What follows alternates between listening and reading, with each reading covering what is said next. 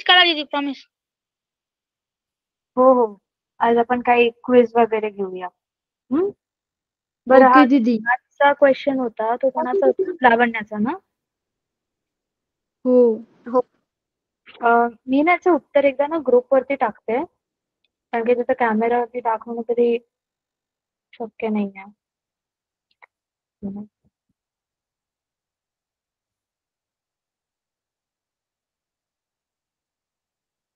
दिसतंय का ग्रुपवर? तर बेसिकली इथे काय केलंय मी, हो दीदी. हां. तर आता खरं कंपाऊंड इंटरेस्टचा मला फॉर्म्युला आठवत नाहीये. नाहीतर मग मी मी या पद्धतीने केलं 3च वर्ष होते ना. तर 200च्या आधी मी 8% काढले. तर 200ला ॲड केलं मी त्यात. मग 216 चे मी 8% काढले. तसं एक-एक करून मी कॅल्क्युलेट केलंय. पण आता तुमचा जो कंपाऊंड इंटरेस्टचा फॉर्म्युला असेल तो लावला तर साधारणपणे हेच उत्तर यायला पाहिजे 251.9424. तर त्याला राउंड ऑफ करू तर 252 येतं उत्तर.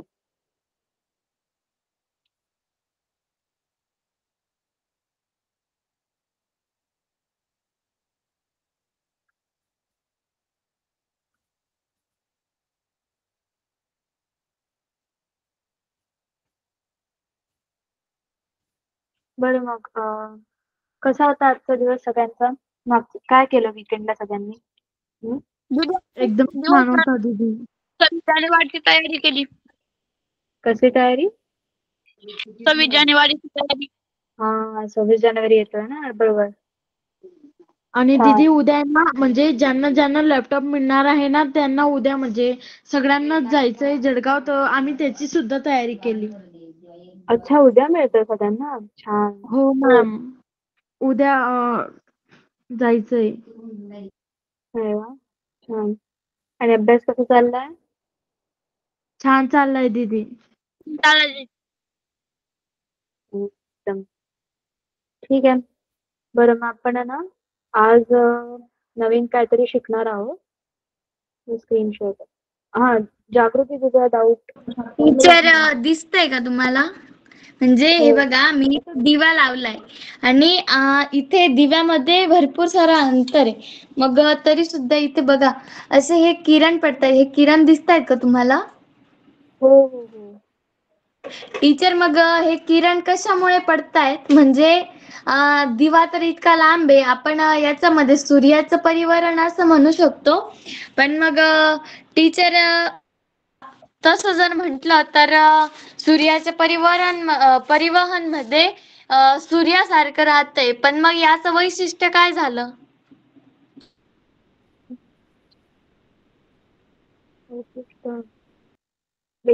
म्हणजे मला नक्की कळलं नाही प्रश्न. पण आलीशाही ते परिवहनच आहे एक. कारण तो उजाड येतोय ना, कारण तो उजाड आहे ना. पण तो उजाडचं परिवहनच होतंय ना. ते किरणाचं रिफ्लेक्शन होते ना मेटल सरफेस वरून. टीचर पण मग म्हणजे माझा प्रश्न हा आहे की आपला दिवा जो आहे तो इतक्या अंतरावरती असून सुद्धा त्याचं तोंड आपल्या कॅमेराकडे होतं आणि कटोरं थोडंसं साईडला ठेवलेलं होतं मी. तरी सुद्धा ते मागच्या साईडने त्याच्यावरती ते किरण पडले आणि तेच किरण खाली पडले. मग ते किरण तिथे पडले परत खाली पडले. याचं काय महत्त्वाचं काय झालं? म्हणजे याच्यापासून असं काहीतरी हे असेल ना म्हणजे. इथे जरी दिव्याचं तोंड कॅमेराकडे, तो जो उजेड असतो स्टीलमुळे. चारी दिशेला हे होतो, स्कॅटर होतो.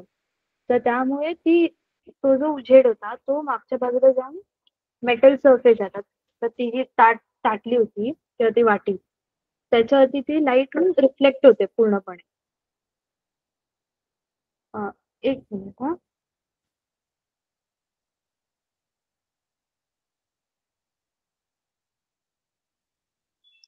जी ते भांडं स्टीलचं आहे ना, त्याच्यामुळे तो उजेड त्या भांड्यावर पडतो आणि ते त्याची त्या भांड्याची किरणे परिवर्तन होऊन खाली येत आहे.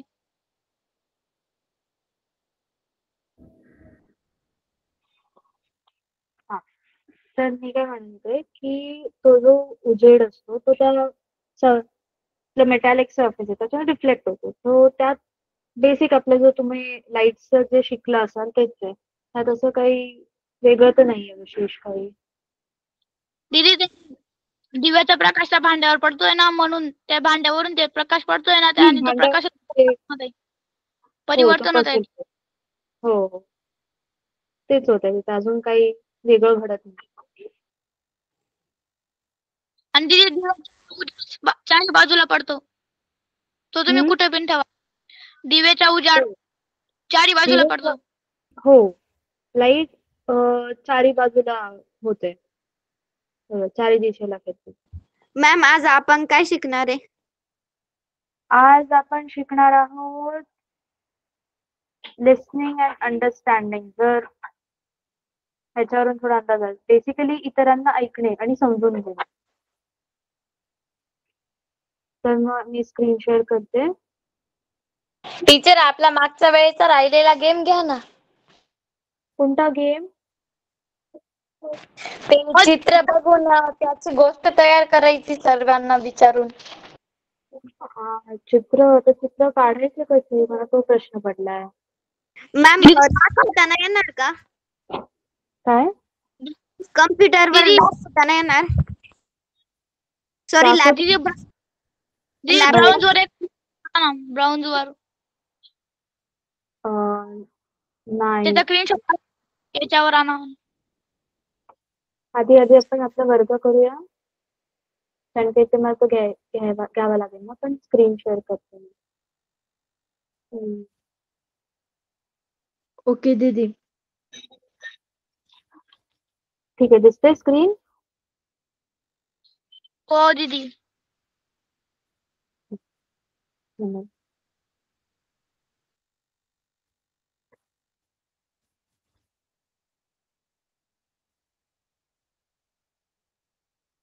बरं. तर मग आता ह्याच्यावरून पहिलं तुम्हाला सांगा की हे जे मी समोर दिसतंय इतरांना ऐकणे आणि समजून घेणे, यावरून काय कळलं की आज नक्की काय शिकतो आपण? मॅम मी सांगू का? लावण्य. हो सांग. मी सांगू कार्तिक. मॅम मी सांगू का नेहा? लावण्य हा नंतर देते मी, सगळ्यांना चान्स दे. हा सांगू बोलू?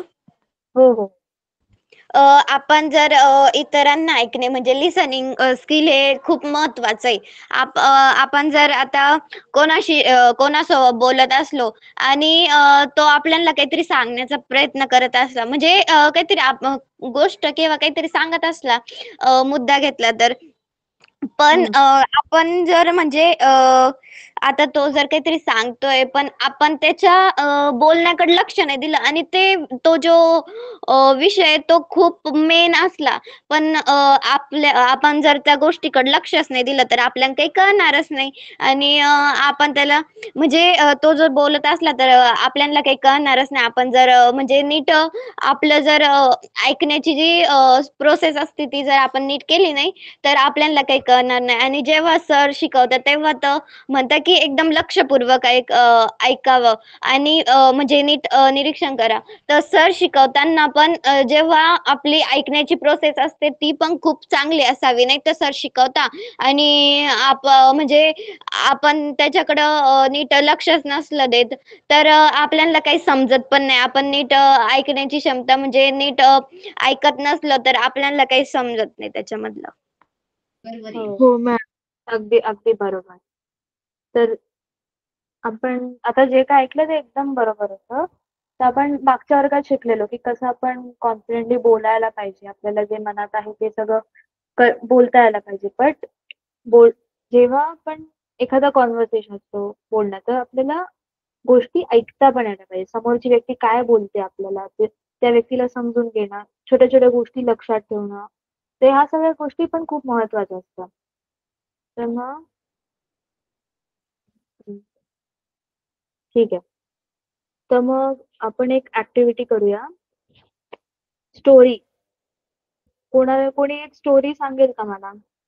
ही ससा आणि कासवाची. मॅम मी सांगू का नेहा? मी सांगू का कार्तिक? मॅम मी सांगू का नेहा? जागृती.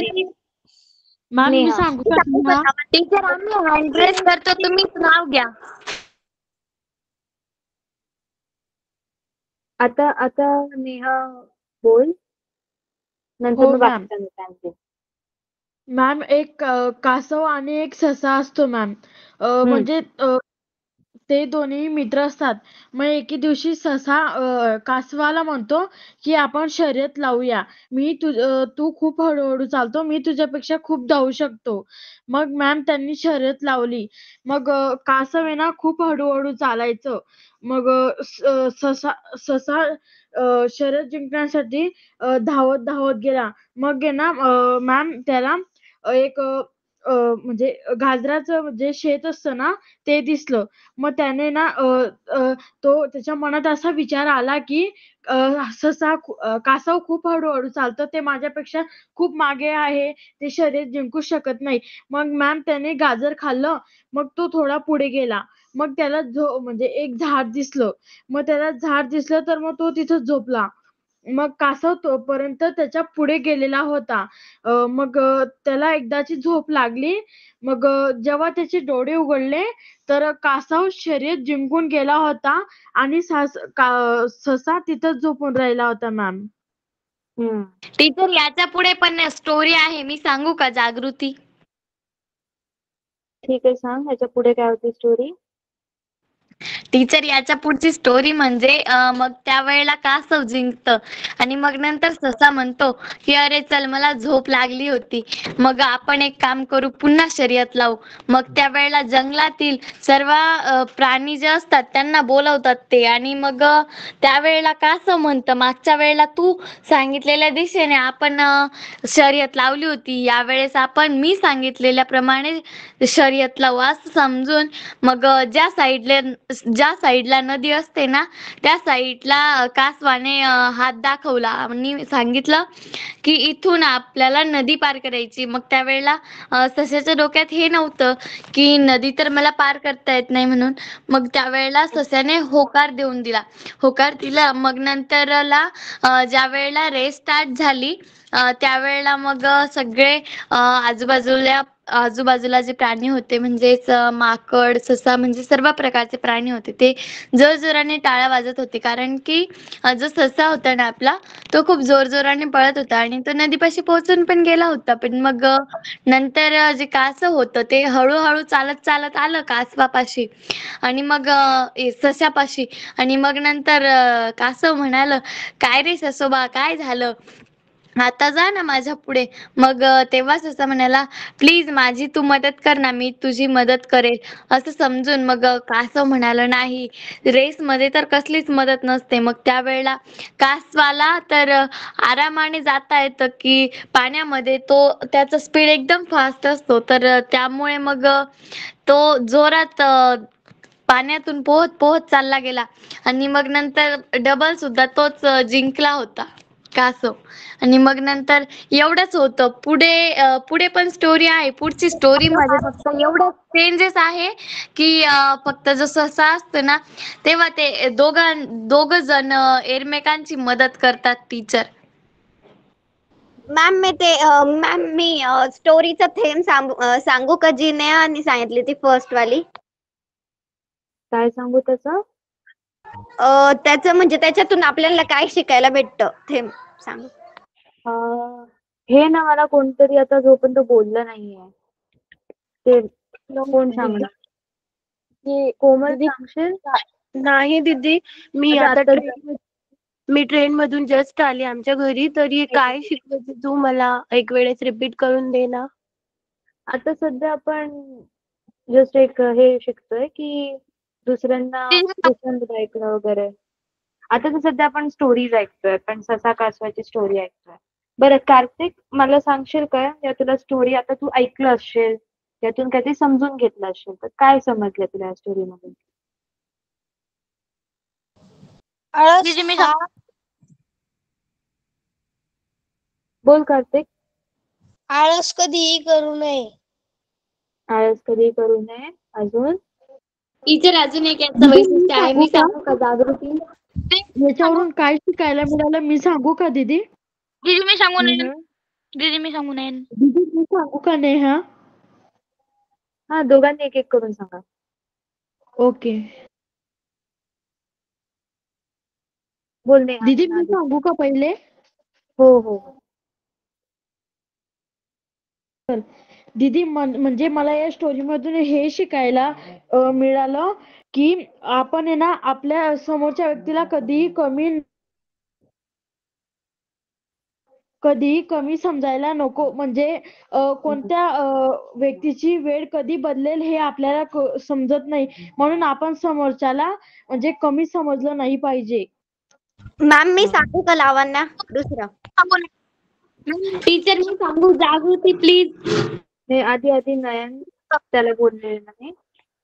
तुम्ही मला सांगितलं होतं. हा हा हा. मॅम कोणत्याही गोष्टीचा गर्व करू नये. कोणत्याही गोष्टीचा गर्व करू नये. खूप टीचर, छान. गर्वाचं घर कधी खाली असतं. गर्वाचं घर कधी पाण्यात असतं मॅम. हो हो मॅम मी सांगू का? हो हो आणि लावण्या. जिथे आपण कोणत्याच गोष्टीचा अभिमान वाटू द्यायला नको हवा. अभिमान सांग. वाटत. हम्म. मॅम आता जर म्हणजे सशाचा जो टॅलेंट होता तो होता पळायचा. तर त्याला पळायला खूप आवडायचं आणि त्याची म्हणजे जे फास्ट स्पीड होती ती पण खूप चांगली होती. मग म्हणजे याच्यातून असं भेटतं की म्हणजे आपल्याकडे जर टॅलेंट असला त्या गोष्टीचा, तर आपण कधीच गर्व नाही मानायला पाहिजे त्या गोष्टीला. म्हणजे दुसऱ्यांना पण कमी नाही समजायला पाहिजे. म्हणताना म्हण पण आहे की गर्वाचे घर कधी पण खालीच असते. बरोबर की नाही? आणि जी जागृतीने सांगितली ना ती दुसरी, तर त्याच्यामधून आपल्याला शिकायला भेटतं जे आपण आता शिकतोय. तुम्ही सांगितलं लिसनिंग. लिसनिंगचं जे बघितलं आपण आणि अंडरस्टँडिंग. जेव्हा कासव सांगत होता तेव्हा नीट याने ऐकलं नाही, कोणी सशाने ऐकलं नाही. कासव सांगत होता की नदी पार करून जायची. त्यांनी जर नीट ऐकलं असतं तर तो तसा बोललाच नसता, कारण त्याला नदी पार करताच येत नाही. मग ते तिथं ऐकायची पण स्किल आहे ती, म्हणजे त्यांनी जर लक्ष देऊन ऐकलं असतं तर त्याला उत्तम झालं असतं. अगदी बरोबर. छान. कल्याणी, तू सांगशील मला तुला काय कळलं या स्टोरी मधून? तात्पर्य सांगू का दीदी? हम्म. कोणतीही गोष्ट लहान किंवा मोठी नसते. अगदी बरोबर. कोणती गोष्ट बोलली ना? हा, लहान किंवा मोठी नसते. बरं, सगळ्यांना ही माहिती आहे आणि का? टीचर हे पण आपण म्हणतो की कधीही जर समोरचा आपल्याला काही महत्वाची गोष्ट सांगत असेल तर आपण व्यवस्थित चित्त ठेवून ऐकलं पाहिजे. नाहीतर बस जसं सस्याने केलं, त्याला उत्सुकता होती. म्हणजे त्याला असं वाटत होतं की या वेळेला तर कासवाचं जिंकणं सोपं नाहीच आहे. तर त्यामुळे मग त्याचं टॅलेंट पण वाया गेलं. हम्म. त्यामुळे आपण कधीही व्यवस्थितपणे ऐकलं पाहिजे. हो. हो दीदी. तुम्हाला हे ऐकली का स्टोरी अँट अँड ग्रासहोपरची? मॅम तुम्ही नाही. स्टोरी ठेवताय म्हणजे आम्ही आमच्या मनाने बनवू, असं नाही की ते ऐकलेली आणि मग बनवायचं, म्हणजे मनाने काहीतरी वेगळं. हा, स्वतःहून पण बनवू शकतात. आता कोणाला सुचते का काही टीचर, मग स्टोरी? तसं तुम्ही एक चित्र दाखवा ना अजून. चित्र ह्याच्यात तर नसावे. तुम्हा लोकांना ही माहितीये का अँट अँड ग्रासहोपर? मी ती सांगते तुम्हाला. नाही दीदी. माहितीये? माहितीये तर म्हणायचं. माहिती मॅम, मला पण माहिती नाही. ठीक आहे. बरं, मग आपण पुढे जाऊया.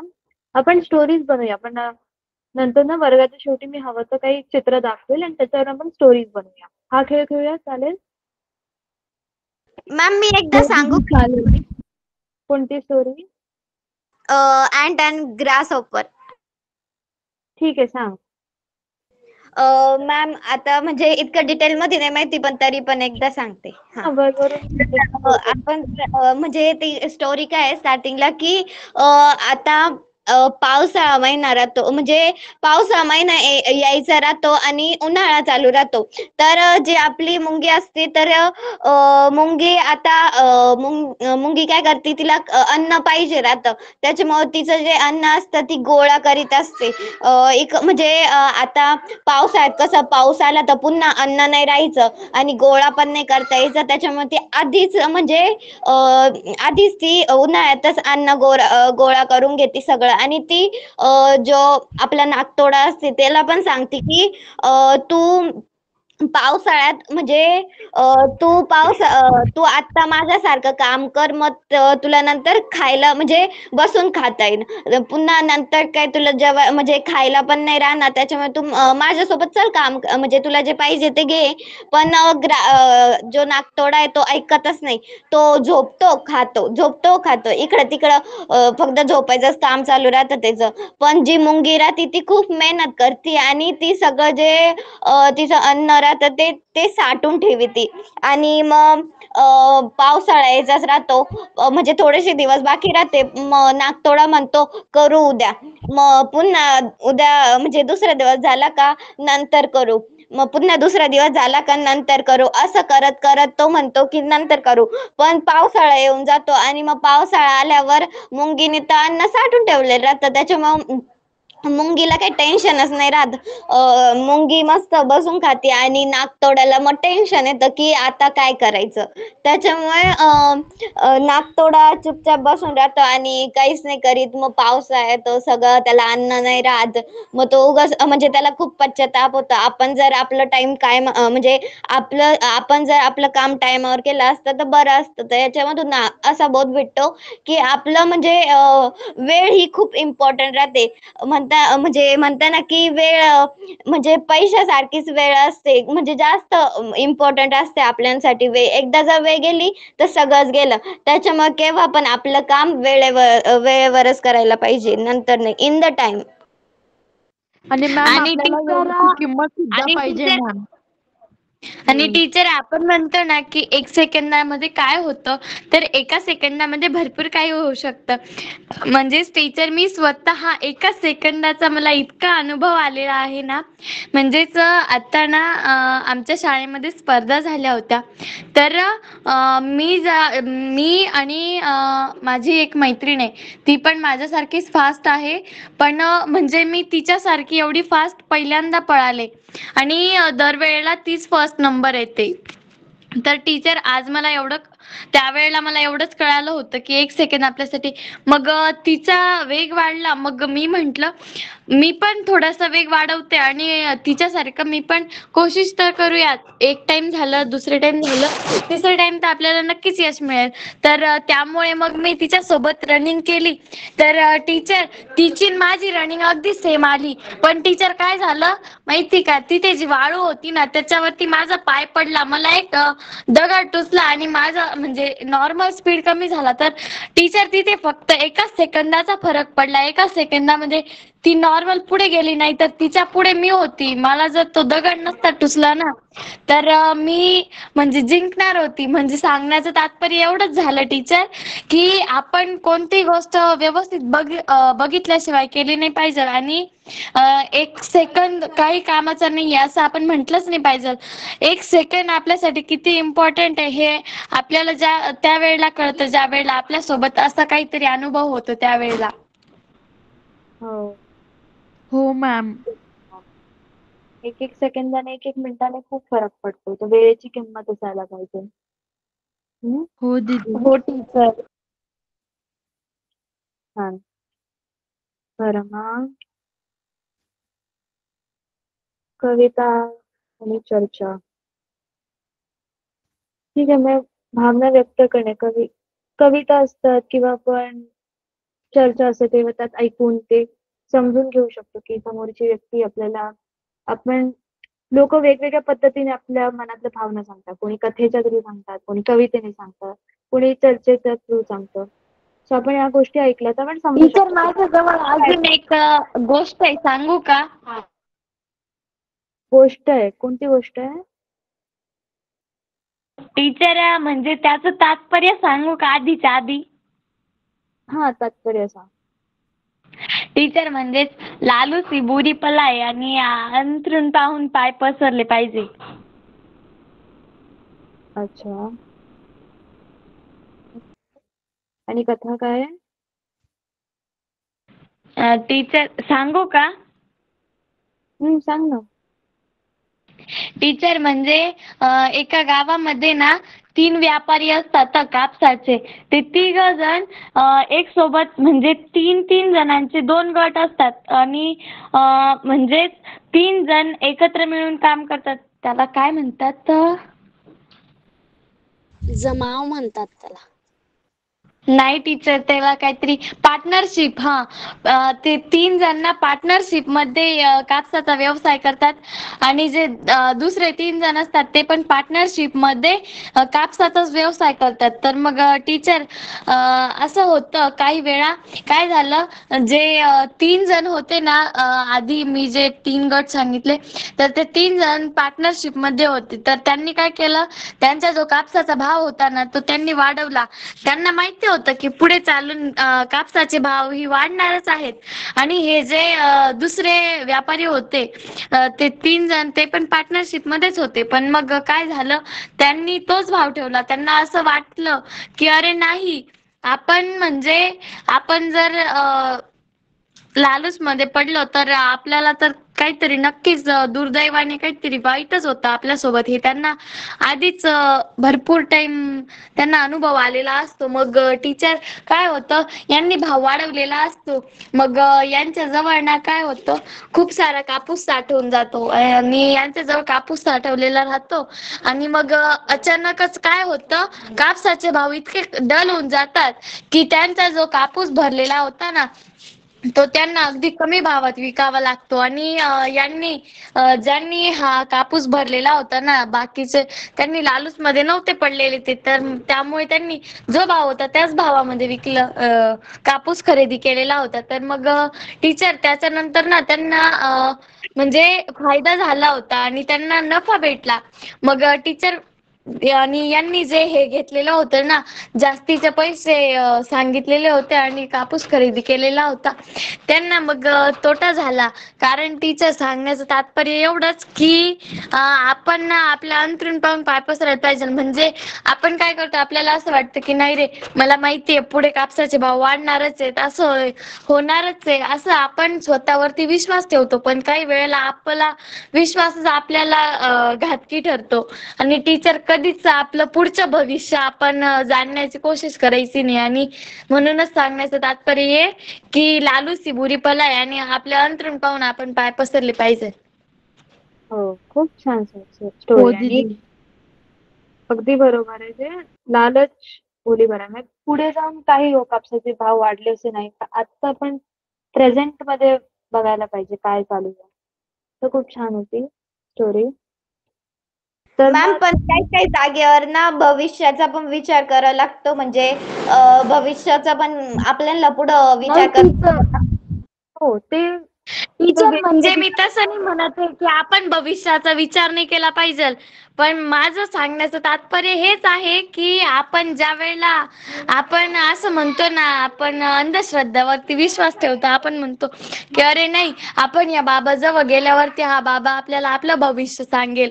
तर आपण कधीच असं आपलं भविष्य काय आहे आणि काय होणार आहे हे आपण कधीच म्हणजे असं बघितलं नाही पाहिजे.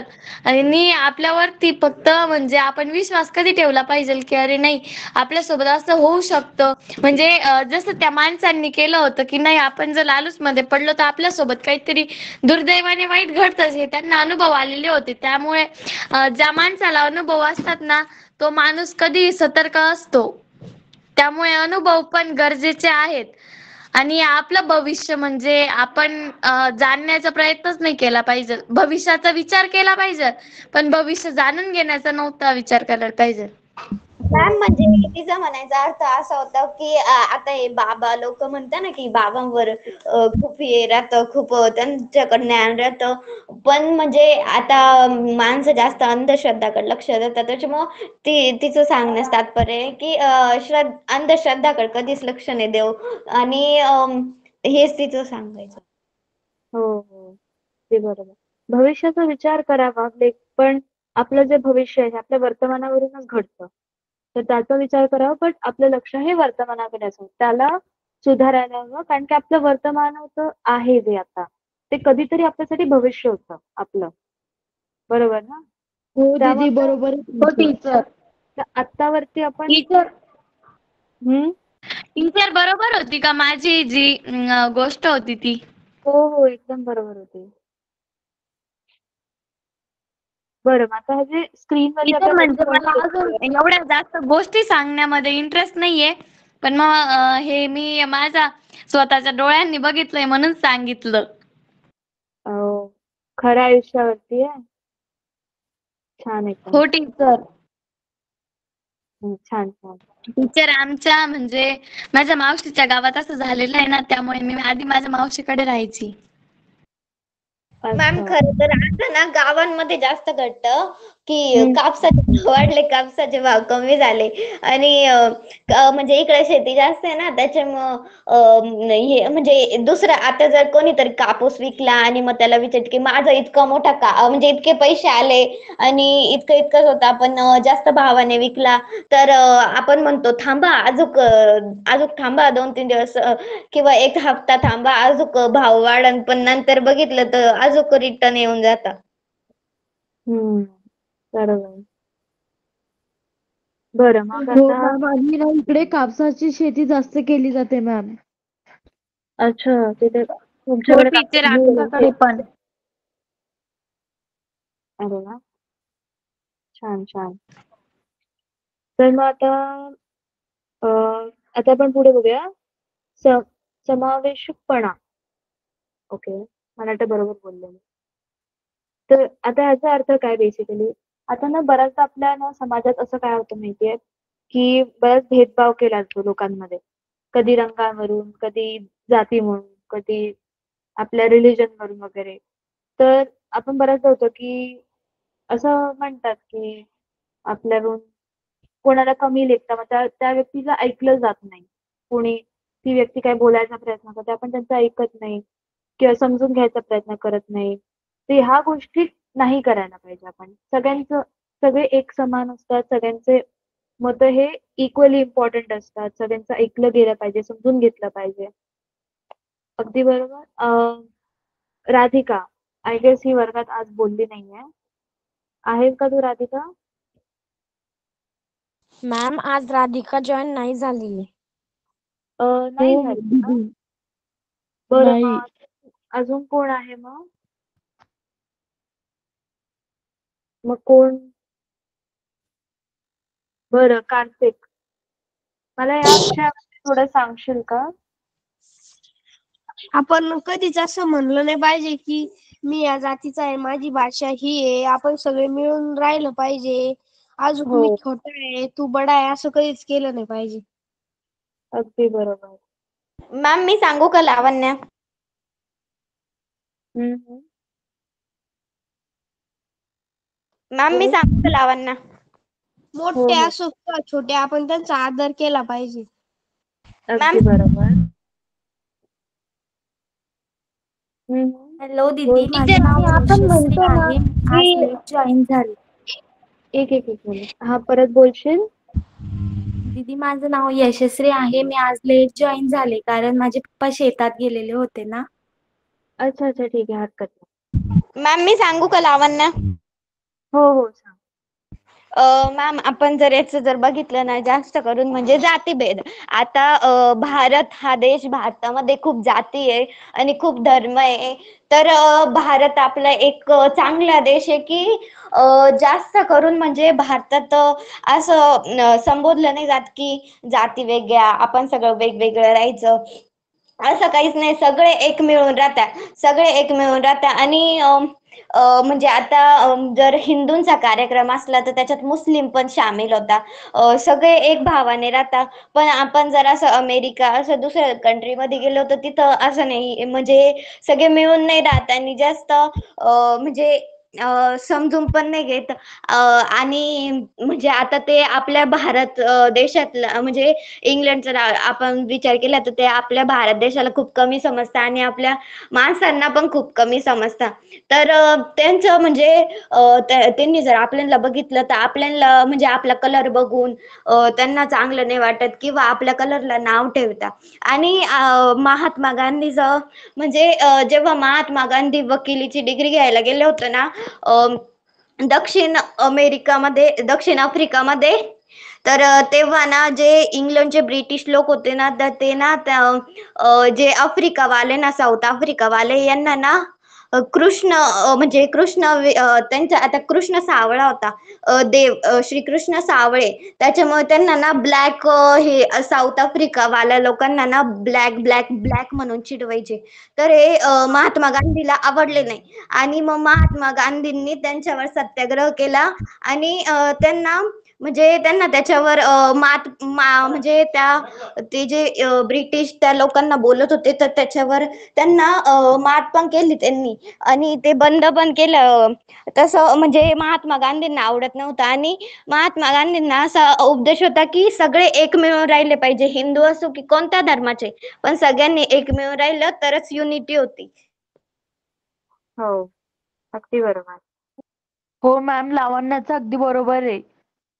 हो, हो, हो. हो मॅम. आणि टीचर लावण्य म्हटली ना की आपल्या भारतामध्ये जातींविषयी भेदभाव नाही होत, तर हे ना अगदी चुकीचं आहे. हे ना म्हणजे जे आपले हिंदू लोक असतात ना, ते कायम आपले लोक कायम भेदभावच करत असतात. हे मी स्वतः शहरामध्ये मी गेलेली आहे ना, तर तेव्हा मी भरपूरदा हे अनुभवलेलं पण आहे. कारण टीचर काय होतं ना, जे म्हणजे मुस्लिम असतात, जे ख्रिश्चन असतात, त्यांना आपले हिंदू लोक ना खूप कमी समजतात. ते म्हणजे आपले हिंदू लोक असं समजतात की त्यांच्या जवळ काहीच नाहीये, ते तर असेच आहेत.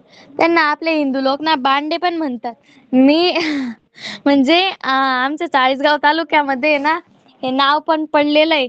आणि हो, हे पण खरंय टीचर की जे मुस्लिम आहेत ना, ते पण आपल्याविषयी भेदभाव निर्माण करतात आपल्यामध्ये. कारण टीचर आता म्हणजे हे तर बोलायला नको पाहिजे, पण मग आता तशी सांगण्याची वेळ येतीये म्हणून सांगतीये. कारण आता आपण म्हणतोय ना की जर मोदीचं सरकार जर चाललं गेलं ना, तर नंतरचं जे सरकार राहील ना, तर मग ते पुन्हा गुलामगिरीचं होऊन जाईल. कारण मुस्लिम मग परत आपल्यावरती राज करायला लागून जातील, आपल्यावरती राज्य करतील. आणि हे असं व्हायला पण नको पाहिजे टीचर. हे नाही, त्यामुळे मला तरी नाही वाटत असं काय होईल. नाही काही मॅम, तसं नाही. लोकांमुळे आपण असं म्हणू पण शकतो ना ना की जागृती सांगते ना, हो तर टीचर, ते आपले थोडंसं देखील चुकीचं आहे. भेदभाव असं करतात. केलं नाही बंद होऊ शकतं. मॅम नाही, मी बोलते ना. मॅम, एक सांगू का? काही 1-2 जणांमुळे आणि नाही होणार टीचर काही असं. भेदभाव त्याच्यामध्ये मुळात अभ्यास होतो. दीदी म्हणजे ना, जे मुसलमान संडे माणसं आहे. असतात ना, हां, हां. टीचर पण म्हणजे आपले त्यांचा तो लोक तर त्यांच्यासोबत भेदभाव तर नक्कीच करतात, पण हे एक खरंय. हो भेदभाव टीचर, हे खरं आहे. तेच दीदी आपल्याला तुम्हाला शिकायचं. जे जो खरा आहे. जागृतीने सांगितलं ना, मी त्याचं एक उदाहरण सांगते. म्हणजे दीदी, जे मुसलमान माणसं असतात ना, म्हणजे ज्यांचा जो सण असतो ईद, तो त्यांचा तो सण नसतो का दीदी, तो ईद, ते असं कोणता तरी सण असतो. तेव्हा आहे ना, म्हणजे आपले जे हिंदू माणसं असतात, ते त्यांच्या सण मध्ये म्हणजे कोणी कोणी जातं दीदी, पण जे मुसलमान जे व्यक्ती असतात, ते म्हणजे कधीही आपले जे देवांचे मंदिर असतात, ते कधी आपल्या देवांच्या मंदिरात पाय ठेवत नाही दीदी. पण आपले जे म्हणजे हिंदू व्यक्ती असतात ना, ते जेव्हा मुसलमानांचा तो ईद सण असतो ना मॅम, त्याच्यात सुद्धा समाविष्ट होतात मॅम आपले काही काही हिंदू लोक. नाहीये आपल्या असे पण आहे का ते महादेवाची भक्ती करतात, मुस्लिम लोक हो. महादेवाच्या आणि मंदिरात मॅम, ते मुस्लिम लोक एक साईबाबांची मिनिट. सुद्धा म्हणजे एक भक्ती एक करतात दीदी. एक मॅम मिनिट. लावण्य. स्वतः नाही, मॅम एक ते मिनिट. बोलू का? आधी माझं ऐका. मी स्वतः लोकांना पाहिलंय, कोणत्याही धर्माचे असो. मी स्वतः सर्व धर्मांना मानते. माझ्यासाठी सर्व धर्म समान आहे. मी स्वतः पाहिलं. आता तुम्ही लोकं म्हणता मुस्लिम, हिंदू म्हटलं, तर मी स्वतः माझ्या ओळखीचे जे हिंदू फेस्टिव्हल सेलिब्रेट करतात, हिंदू लोकं मुस्लिमवाले करतात. तर हा विचार नक्कीच मनात नाही ठेवायचा आहे, की भेदभाव करतात वगैरे. काही ठिकाणी होतं, आपण ऐकतो. पण हीच गोष्ट आपल्याला मनातनं काढायची आहे, की कोणी आपला हा विचारच नाही करायचा, की कोणी असं वागतंय, तसं वागतंय. आपण काय वागतोय हे आपण ह्याच्यावरती लक्ष द्यायला पाहिजे. ठीक आहे? मॅम मी मी तेच म्हणत होते की आपल्या बघण्याचा दृष्टिकोन तसा राहतो. आपण जर दुसऱ्या म्हणजे जे चांगलं आहे जर आपण त्याच्या मनाने बघितलं तर आपल्याला कळेल की दुसरे कसे आहे. पण आपल्या बघण्याचा दृष्टिकोन राहतो ना की हे असे ते तसे. आपण म्हणजे काही थोडंफार पण आपल्या तिथं जर आपण जर बघितलं तर खूप कार्यक्रमांमध्ये हिंदू सोबत मुस्लिम पण सामील होत्या. वेगवेगळ्या धर्माचे लोक सामील होत्या. पुन्हा लग्नामध्ये पुन्हा किंवा कोणी म्हणजे कोणी वारलं तर त्याच्यामध्ये पण सामील होता. पुन्हा एक मोठा हिंदूंचा सप्ताह असला तर त्याच्यामध्ये पण सामील होता. पण आपला दृष्टिकोन राहता की मुस्लिम असे मुस्लिम तसे सगळे समानच आहे. आणि ते महात्मा गांधींनी सांगितलेले की कोणताच धर्म लहान नाही किंवा मोठा नाहीये, सगळे समान आहे आपल्यासाठी. अगदी बरोबर. आणि दीदी आपण हे धर्म जाती हे आपणच पाळलेत मॅम की हा मुस्लिम आहे, हा ख्रिश्चन आहे, हा पंजाबी आहे, हा तो आहे, हा दीदी आपण आहे ना कधी ना म्हणजे प्रत्येक जातीला समानता म्हणजे समानतामध्ये राहिलं पाहिजे दीदी आपण. हो, हो. अगदी बरोबर. सर्व समान आहे. कोणतेही सरकार येवो, काहीही असो, आपण सर्वांना समान मानलं पाहिजे आणि सर्वांची गोष्टी ऐकली पाहिजे. सगळ्यांना इक्वालिटी आपण म्हणतो. सगळ्यांना समजून घ्यायला पाहिजे. हं? हो दीदी. बरं. हो दीदी तुमचं बरोबर आहे. हं. आणि टीचर आपण म्हणजे एक असं म्हणतात पण की जर हिंदू आपण म्हणतो ना हिंदू मुस्लिम ख्रिश्चन तर हे सर्व या सर्वांना जर कधी थोडीशी जर ठेच जर लागली ना तर रक्त तर एकच निघतं ना, भगवं आणि लाल. बस मग यामध्ये काय फरक आहे? देवाने तर सर्वांना सारखं दिलंय. मग आपला मनुष्य जसा का की त्याने इतका भेदभाव केला आणि इतके जाती जमाती बनवल्या. असं हे तर सर्व मनुष्यानेच केलं ना, देवाने तर नाही केलं ना.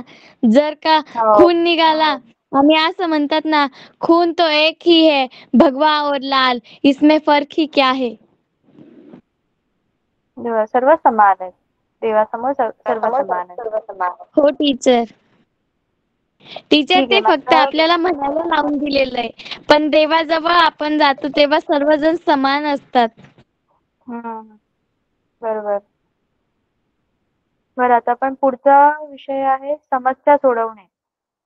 प्रॉब्लेम सॉल्व्हिंग स्किल हे पण खूप महत्वाचं आहे.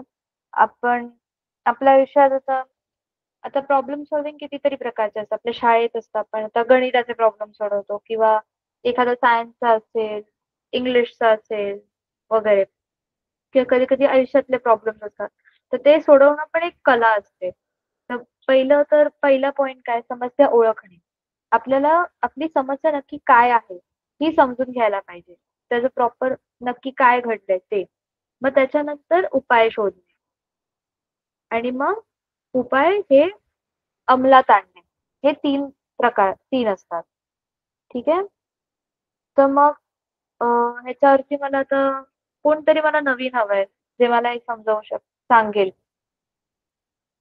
अ, निकिता? यस दीदी. हं. मला सांग की समस्या सोडवणे. तू तुझी समस्या कशी सोडवते? जर तुला कोणती समस्या आली तर? शाळेत असो, घरी असो किंवा एखादा गणिताचा प्रश्न असो. अगदी. मॅम जर मला गणिताचं एखादं क्वेश्चन सोडवायचा असतो तर आमचे मॅथचे सर सांगतात की असं कोणतंच हे नसतं एक्झाम्पल की ते हार्ड असतं. आपण ते हार्ड जरी असलं तरी आपण असं म्हणायचं की मला सगळं जमतं किंवा मी एक्झाम्पल सोडवू शकते. जर मला एखादं गणिताचं एक्झाम्पल सोडवायचं असलं तर मी आधी त्याच्या स्टेप जाणून घेते आणि मग एक एक करून सोडवते. आणि जर मला जास्तच अडचण आली तर मग मी असं फ्रेंड्सला किंवा सरांना विचारते. हं. अगदी बरोबर. मदत घेतो आपण दुसऱ्यांची. कुठे काही नाही झालं तर, अडलो तर. हो मॅम. आणि तर जास्त ही तर गोष्ट सर सांगतात की असं म्हणायचंच नाही की मला हे जमत नाही, सगळं ऑल इज वेल असं म्हणायचं. हो, कोणतीही गोष्ट कठीण नसते. अगदी हो बरोबर. मॅम. ठीक आहे.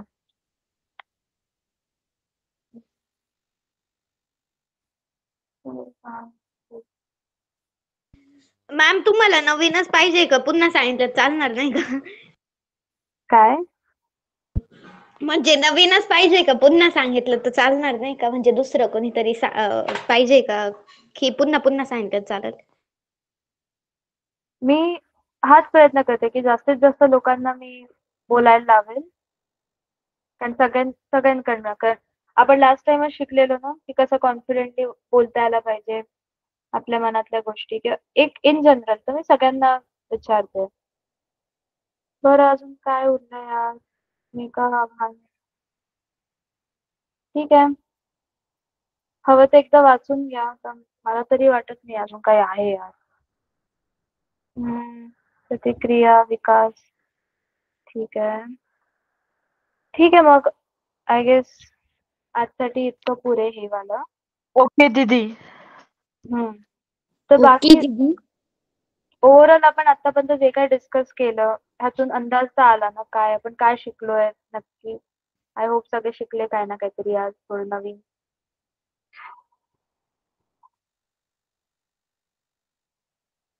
ठीक आहे. आता आपण बरं आता तुम्हाला आता क्विज हवाय का तुम्हाला स्टोरी बनवायची आहे? दीदी क्विज खेळायचे? हो दीदी. हो दीदी. ठीक आहे. आपण आता क्विजचे काही क्वेश्चन घेऊया.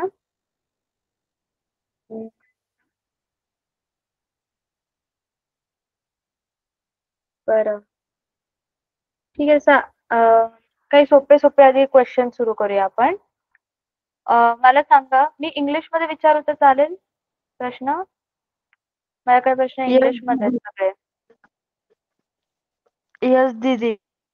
चालेल ना? ठीक आहे. तर पहिला प्रश्न. What is the largest mammal in the world? काय? जगातला सर्वात मोठा प्राणी कोणता?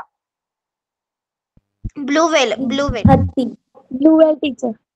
Blue whale blue whale teacher. बरोबर आहे. Blue whale. हत्ती नाहीये उत्तर. ब्लू व्हेल आहे. ब्लू व्हेल हा मासा नाही धरला जात. हा मॅमल धरला जातो. मॅमल म्हणजे बेसिकली पाण्यात न राहणारा. सोप्या भाषेत सांगितलं तर कारण काय व्हेल हा जो प्राणी आहे तो पाण्यात श्वास घेत नाही. त्याच्याकडे जे गिल्स असतात ते नसतात. तो बाहेर येतो, पाण्याच्या वर येतो, श्वास घेतो आणि परत पाण्यात जातो.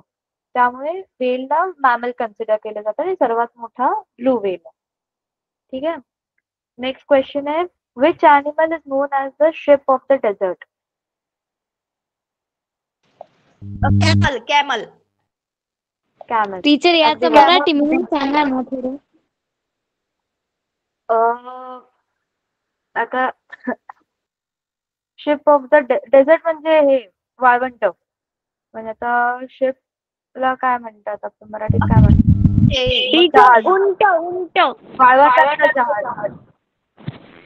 कॅमल. कॅमल टीचर आपण उंट. कॅमल दीदी. Camel teacher. कॅमल. ठीक आहे. अजून आपण मॅम आधी इंग्लिश मध्ये सांगा मग नंतर तुम्हाला वाटलं तर मराठीमध्ये सांगा कारण की जितकं इंग्लिश मध्ये सांगा तितकी प्रॅक्टिस होऊन जाईल. हो. ठीक आहे. आता next question. Which ancient civilisation built the pyramid?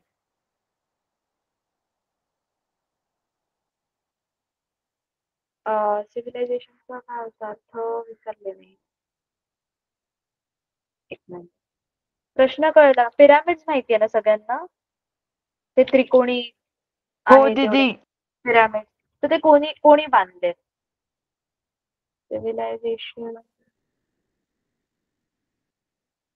सिव्हिलायझेशनचं तर सभ्यता. हा माहिती आहे का कोणाला उत्तर?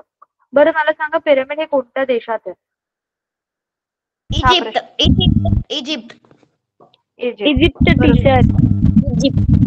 हा मग इजिप्शियन म्हणता येईल आपण. तिकडचे राहणारे लोक जे जुन्या काळात राहायचे त्यांनी तर इजिप्शियन लोकांनी हा पिरामिड बांधले. बरोबर? हो. हो दीदी. आता next question. Who was the first teacher man to walk on the moon? Hello teacher Neil Armstrong. Neil Armstrong. Neil Armstrong. Teacher बरोबर. आता आम्ही लेट होऊ शकतो का कारण टीचर आम्हाला ना जळगावला जायचंय ना मग आता ती 7 वाजता मीटिंग आहे. अच्छा हो का? हो अलिशा दीदी, जळगाव जाण्यासाठी मीटिंग आहे दीदी. 2-3 मिनिट बाकी थांबा ना 2 मिनिट. मॅम विचारा ना 2. हो टीचर एखादी प्रश्न विचारून घ्या. बरं ठीक आहे. आपण आहे ना शेवटचे 2 प्रश्न घेऊया आणि मग आपण वर्ग एंड करूया. ठीक आहे? Okay teacher. ओके दीदी. बरं. आता मला सांगा okay who was the first woman to win a Nobel Prize? Teacher Marathi explanation सांगा ना थोडं. नोबेल प्राइज हा एक म्हणजे एक पुरस्कार आहे जो सायन्स मध्ये मिळतो. फिजिक्स, केमिस्ट्री सर्वात मोठा पुरस्कार असतो हा सायन्सच्या क्षेत्रात. तर जगातली पहिली बाई कोण होती तो पुरस्कार जिंकणारी?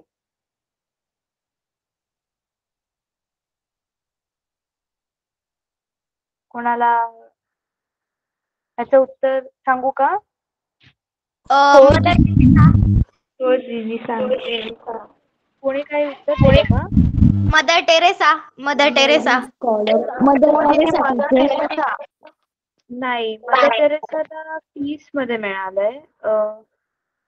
नाही, नोबेल प्राइज नाही. पहिली बाई होती मॅरी क्युरी. ती फ्रेंच फिजिसिस्ट होती, फिजिसिस्ट केमिस्ट. बेसिकली त्यांना त्यांच्या ह्याच्यासाठी रेडिओ ऍक्टिव्हिटी वरती मिळाले, रेडिओ ऍक्टिव्हिटीच्या रिसर्च वरती. मॅरी क्युरी या इंडियामधली मदर टेरेसाच आहे ना? हो. बरं. आता शेवटचा प्रश्न. Who wrote the play Romeo and Joliot? Romeo and Joliot हे नाटक कोणी लिहिलंय? कधी ऐकलंय या नाटकाबद्दल? नाही टीचर. नाही. बघितलेलं आहे. टीचर तुम्ही सांगून द्या. विल्यम शेक्सपियर आहे याचं उत्तर. विलियम शेक्सपियर ना खूप मोठे लेखक होते ते इंग्लिश मध्ये. ऐकलेलं आहे कुठेतरी पण माझ्या लक्षात नव्हतं येत. आणि इंग्लिश मध्ये कविता होती. हा तुम्हाला पुस्तकात असतील विल्यम शेक्सपियरच्या कविता असतील काही. तर ते खूप इंग्लिश मधले खूप मोठे लेखक आहेत आधीचे, खूप जुन्या काळातले. तर त्यांचं हे नाटक होतं रोमिओ अँड ज्युलियट. बरंच फेमस आहे. सो हे त्यांनी लिहिलंय. ओके दीदी. Okay teacher. Bye. Good night. हा तर मीटिंग. बाय दीदी. गुड नाईट दीदी. बाय. थँक्यू दीदी. बाय. Good night.